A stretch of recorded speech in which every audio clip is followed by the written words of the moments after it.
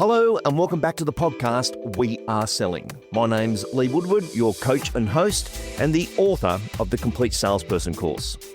Over the last 5 weeks, being a weekly program, we've done some wonderful topics about the real estate sales skills, what's going on with people and their technique. Today, we're going to take a different turn. We are going to break through the noise, get to the truth of the real numbers of the Australian real estate industry from a neutral perspective.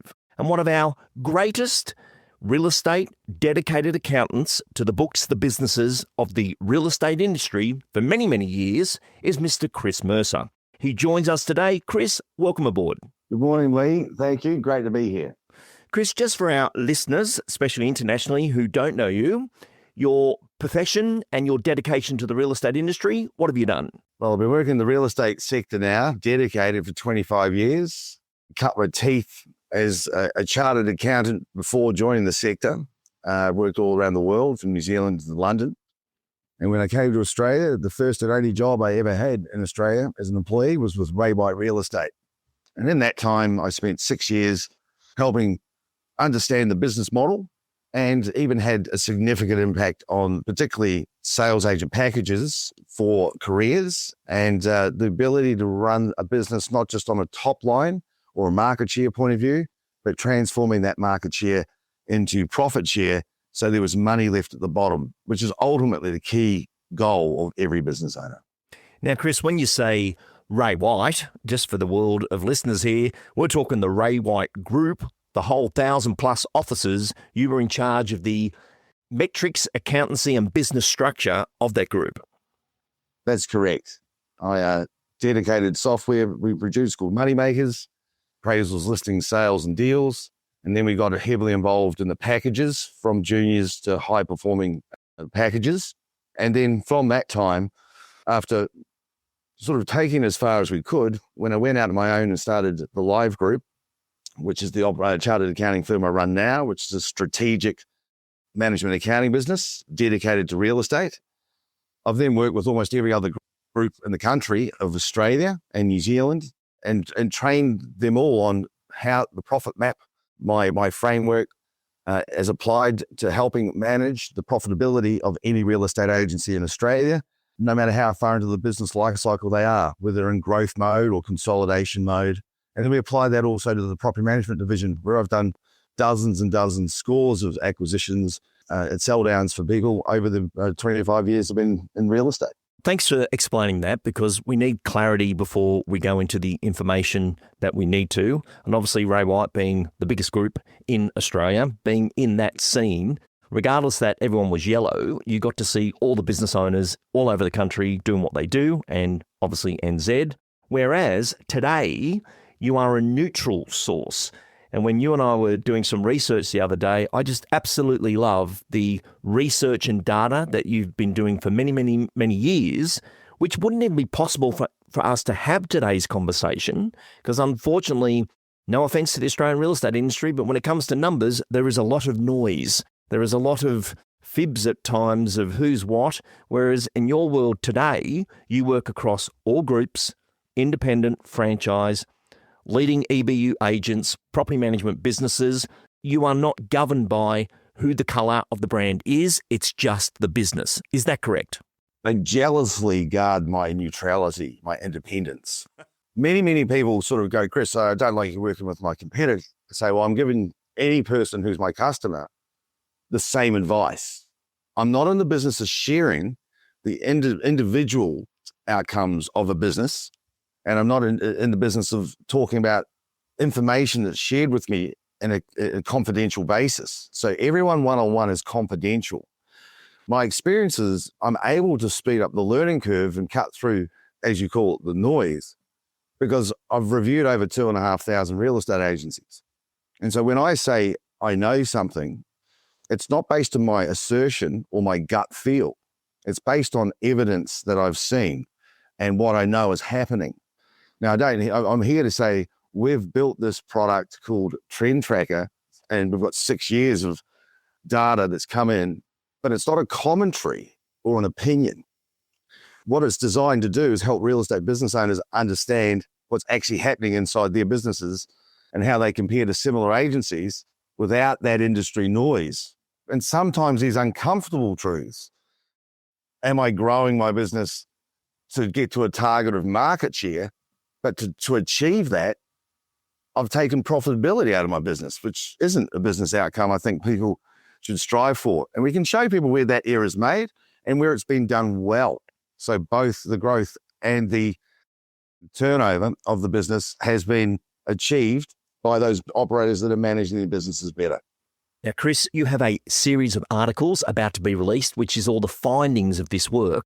And I was reviewing that with you the other day and was quite blown away. And let's get into some of those trends, facts, and things that you have found out. In this show, we have salespeople listening, property managers, business owners, EBU leaders, administrators, everyone's there. And it's interesting when you talk about the business, a lot of people think, oh, but that's not my problem. Well, if you turn up to a business one day that went broke because no one contributed to what it takes to be in business today, no one has a job. And Chris, from my perspective, it's never been harder for our principals to run a real estate business ever with the cost of business, technology stacks and so forth. It's not as simple as what it was. We've got to look at what's left over in order for the business to progress. Take us into some of these trends. And let's start with the salespeople. What's the average salesperson writing in GCI in Australia? Well, the number is around 430,000, give or take, for our Australian segment. The key thing here is with these numbers, they're based on the data that the active users of REAP dashboard. First of all, Lee, REAP, Real Estate Agency Profitability, REAP dashboard, is a unique infrastructure where we're able to take people's business P&Ls and standardize them and make them into three clear divisions: the sales division, the property management division, and the directors division. And when you add them all together, you get the total P&L of a business. So if you just keep in mind that we look at sales and directors together, and we look at the property management business against its own metrics, and then underneath those financial numbers, we have the non-financial numbers, the drivers, which are agent numbers, types of agents these days, number of sales agents and PAs, and then you've got directors and PAs, and then you've also got the sales support roles, but primarily we've got deals and listings that come through these things. So we're able to not just measure the profitability, but we're able to track the underlying drivers. The key part we're trying to do is profit and productivity. So the key number for productivity, for example, Lee, is $430,000 for the Australian segment, which is all the businesses on our REAP dashboard platform, standardized. And when we divide that up by the number of offices, we came up with that number. So that is total turnover divided by the number of agents that are active selling in that group. So that's a reasonably accurate number. Coachable moment. So everyone listening to this, I wonder what the average salesperson in Australia is writing. And everyone thinks it's millions and millions and millions. It's 430,000. And then you've got your unique cases. And it gets very foggy, Chris, when you've got super teams, 6 people on a team, yet it's presented as one name. What are you seeing of the trends there with the effective business unit teams model versus the standalone solo agent? So an interesting challenge for a lot of people is understanding what's changed since 2007 and the like, and what today is happening. Back in 2007, an agent was an agent, and they were doing 18 sales per year, and they were on roughly 50%. Yes, you had your high performing agents, and the office may have given them a PA support role. Now that's, you remember those days, Lee? I do. Today, every agent almost has a PA. And when you add in how many deals they're doing compared to when they were on 50% and didn't have a PA and they were doing 18 sales, today, almost everyone has a PA. What would you expect the average productivity to be in the number of deals that they're writing? And keep in mind, they're now on 65%, between 60 and 65%. What would you expect the lift in productivity to be, Lee, for the average sales person and deals they're doing per annum? I'm going to take a guess at 20%.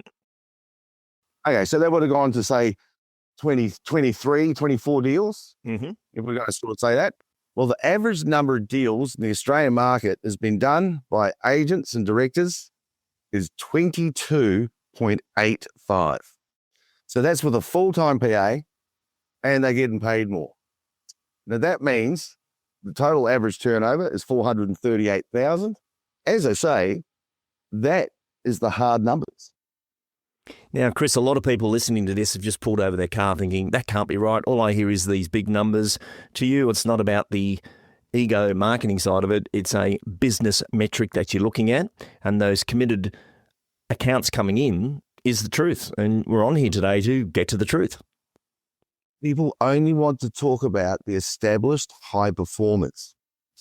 The tail of real estate is so significant, it drags the average down. People don't want to know that they've got this tail. I'll give you another stat, Lee. 40% of agents don't make one sale in a month, no matter how big the business is. Amazing. Chris, can I ask you, for those people that have been pushing for bigger splits, and then they say, look, you take over your own admin and 65% may be there for you. I'm not saying there's a right or wrong to that. Did the numbers go up or down, or are you confirming they've went down and they were better on the lower fee when administration was done for them? I think agents actually are making more money. What's happened is the commission per deal has gone from, 2007, I would have said the commission per deal on average might have been 11,000. It may have been 10. Certainly in the lower value markets, it would have been under 10. It would have been $7,500 to $8,000.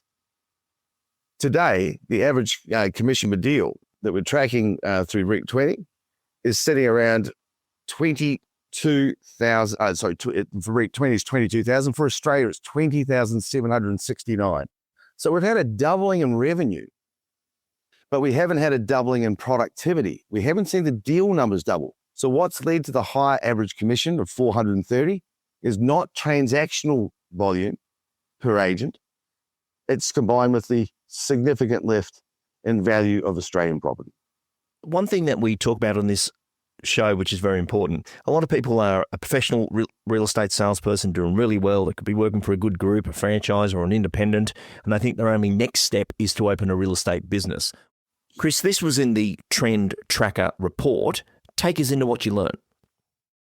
The Trend Tracker report is an interactive document with a number of different data sets for different types of businesses. We've got my control group, the REIT 20. That's like the Dow Jones Index. I've got 20 businesses I've been tracking for 6 years. Every month, every number. And then we've got my Australian segment, which is every business in our data set divided by, obviously, the performance that they're achieving. I've got a franchise segment, an independent segment, a large sales segment, which is above 10 agents, and a large PM segment, which is above 650 managements. And they've got the small sales, which is under 10, and the small PM under 650 managements. Now, why is that? Why have I taken the time to say that? Well, a lot of real estate agents and property managers aren't really looking for data and looking to pull through the numbers. Where it's their numbers, they're a little bit more interested. Rather than sit here and provide a Trend Tracker report full of tables and charts, which we do provide in our appendices, we have written the articles. And I went through the articles and wrote them from the business owner point of view. So what's the business owner sort of questions? What do they want to know? Well, one of those articles was agents versus owners. Who made more money? And in my 10 segments I just outlined, and I've got my top 20 sales and my top 20 PM segments as well. In all but one of them, profitability achieved from just the sales and directors divisions alone, when I treat the director as a paid agent and adjust their profitability so that the director's been paid a 65% packet of 100, which is effectively the average, only the top 20 sales segment outperformed the agents. The agents made more money at their average turnover of 430,000, give or take, at being paid their 60 to 65% than 9 out of the 10 segments. Wow. So I'm arguing that if you think as an agent that you should just get paid more, right now, you're at peak pay. I would be recommending to business owners that this is not the time to be offering higher comm splits to keep staff, because there's not much money in it at the moment, and you're the one with the risk. And you're the one that's investing in the future agents that don't succeed easily. So the investment to get talent takes 1 in 3 to 1 in 5, maybe 1 in 10 lead to get someone out of nowhere to start in your business and get up and running and become a career agent. The success rates, depending on the experience and the infrastructure of the businesses. So the key thing is, for the business that did outperform agents, what was the number one trait? It was our top 20 segment. And the reason they outperformed the sales agents is they were non-selling owners. They were dedicated to providing infrastructure, resources, and managing and holding their teams accountable and making sure that they weren't saying yes to crazy ideas of investment. They were providing genuine management, oversight, and accountability. And that business thrived. And they are the most difficult businesses to beat in real estate. Where the business owners are selling hard and actively listing and selling, it isn't as easy to find the time to sit down and be ready and present with your team. It is a really difficult job to do. And of course, we've seen what happens. Agents say, well, if I can't get you, just pay me more. And they throw money at it because they're trying to focus on writing their numbers for the year. This doesn't get them to crack the ceiling. And that is evident in our numbers. For the top 20 sales of our REIT dashboard clients, they win. The others, some of them are close. The large sales business, over 10, they're close, right on that. It's almost break even. But for the others, they certainly have not got to the point where they're defeating what an agent would earn in a year. Now, that's quite surprising. That's controversial because of how I treat directors and their turnover. But the one thing which did transform that is when you add in a property management division of a suitable size, that lays the profitability up to make it worthwhile being a business owner. So without PM today, you're not necessarily going to have a resilient business in profitability terms, given the competitive nature of the sales sector. Chris, great information. Let's move on to another trending question that everybody asks you a lot. When we look at businesses, comparing businesses, who won out of franchise for profitability versus independent? Well, another key question for business owners, as you said, was this idea of franchising versus independence. I think the key thing I'd like to point out here is this is the data. So when I talk to you about what we're learning, I was stunned at these results. If I said to you, my preconceived idea of this was not met, it's this franchise versus independence. Why? Who's more profitable in the sales and the director division, franchise or independence? Well, the answer is clear. It is sales is much more profitable for franchises. Why is that? Well, I had to look hard. And then the key numbers that stood out were, first of all, total cost of sales percentage to agents is 66.5% in independent businesses. I've got some pretty big independents here. And for franchising, it was only 60.7. That's a 5.6% lift. And I'm going, well, why would that be? Now, there is a other cost that comes in for franchising, Lee. What's that called? The franchise fee. Franchise fee. So everyone's, oh, there you go. Interestingly, that number's lower because franchises are paying, say, 65% of 90, right? Say the 92, whatever the figure might be. So that brings it down. And if you think the franchise fee equalizes it, well, look at this next number. Absolute profit of the sales division, non-director sales division, just the sales division, came in independents 4.8% and franchises at 13.7%. Wow. That would shock everyone right now because they look around and think, well, that independent's the best in my area. But we're not talking about who won the award for being visual. This is purely a profit award. And if they ran profit awards in the awards nights, you would see a different person take the stand. If it's about how pretty's your office, maybe these numbers don't reflect that. I think it's important to go, this is not about my opinion. I felt in the articles, you want to find out more, the Trend Tracker report's available, let anyone read it and attack it, put the feedback. But this is my assessment. Franchising provides accountability. it also forces people to report every month their settlements. They have to use their CRMs correctly and completely. And there's this constant interaction of the franchise groups trying to provide genuine value to try to keep their people going, not just let them sit there and collect a check and not be sort of trying to get on the front foot. And I do think there's more resource available to go and do that. When people become independent, they feel that they've got their own game, their own map, their own war room. And what that means is they decide that they've got more flexibility. They don't need to do certain things anymore that they used to have to do, say they were independent, or they never did. The other matter that's an issue is because they bring that sort of more flexible, they also don't actually get a lot of, let's call it straight or easy access to expert advice about what's currently going on or what's happening. And so when their teams come back saying, I've just been offered this from this business over here, they're trying to keep up with, well, what's going on?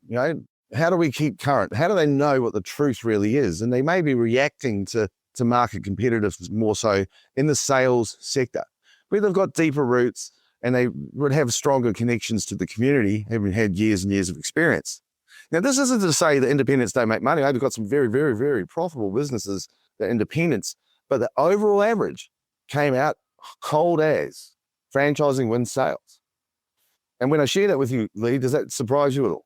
No, it did, because my work's quite specialist. I work with top performing businesses who can invest in training, and I have a lot of independents that I look after who were once a franchise. Everyone's been a Ray White or an LJ Hooker or a Century 21, and then for some reason decided they wanted to do their own thing, which I get that creativity side of it. Well, when we look at overall profitability, I'm comparing the sales agent only division to sales agent only division. I want to say, this is important to say this, franchises do not come out ahead in every category in the sales sector. They generally run slightly smaller teams and have slightly lower productivity per agent, but they compensate it with a lower break-even point, which means their margin is higher. Their gross margin's higher out of the 100%. They're coming in somewhere at 73%, leaving 26.5, whereas the independents are coming at total cost of sale 76.7, which leaves only 23.3. Now, what that means is your break-even is affected by how much money you keep out of the $1 million.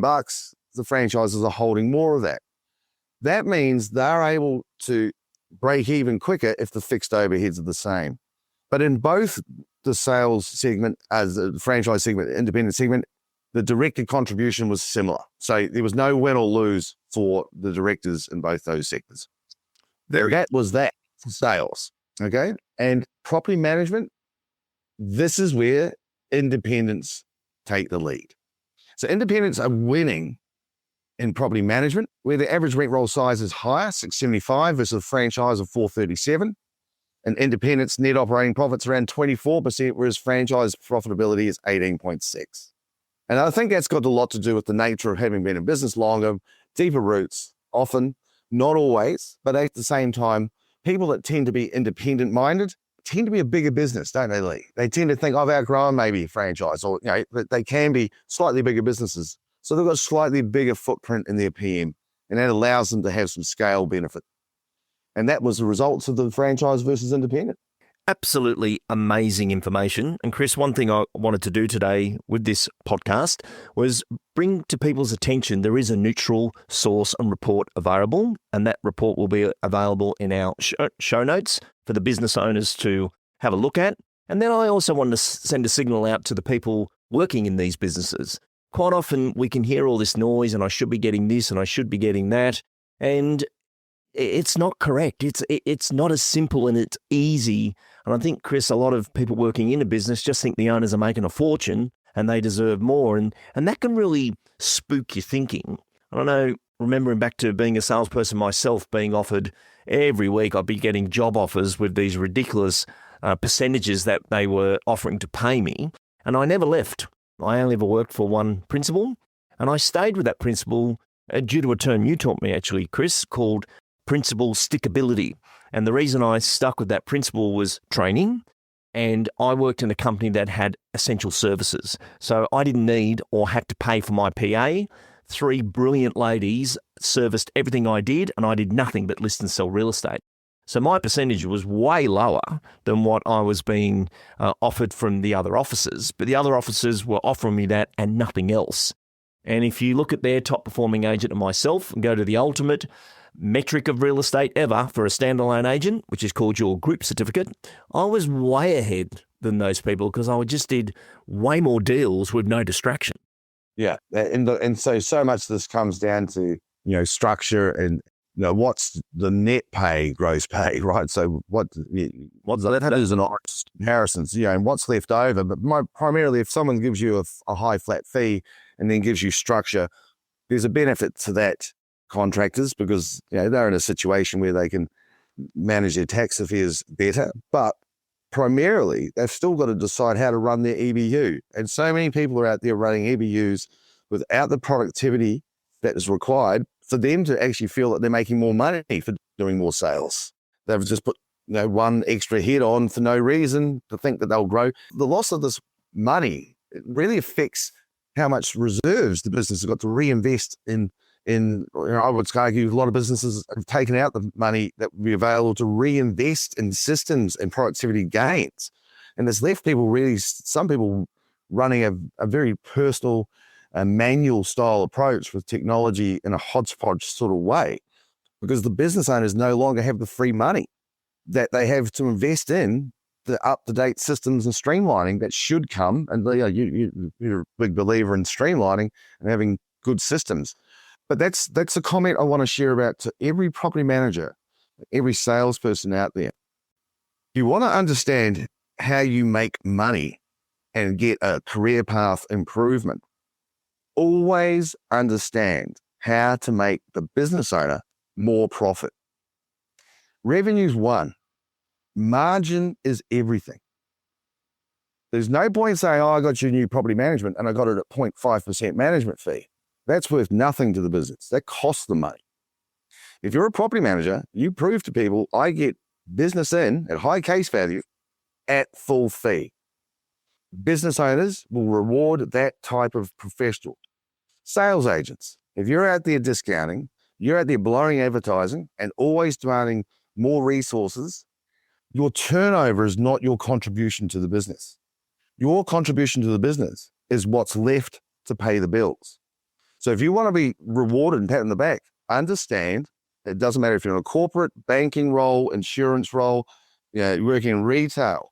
If you think you're a great employee, always understand how much profit you make a business owner, not revenue. Chris, excellent information. For those people that want to get a copy of the report, it's in the show notes. If they want to go to your site and find out what you're doing, how do they get hold of you? You go to reapdashboard.com and we've got everything on there. The actual page is reap-trend-tracker. That's the specific page, and all our contact details are there. Thanks, Lee, and really enjoyed having another conversation with you after all these years. And congratulations on your journey. It's been a long time gathering data. Like nobody else can go back in time and do what you've done at the level and the access that you've had. But that's a valuable tool for our industry now. And Chris Mercer, thank you for joining us. Excellent. Thanks, Lee.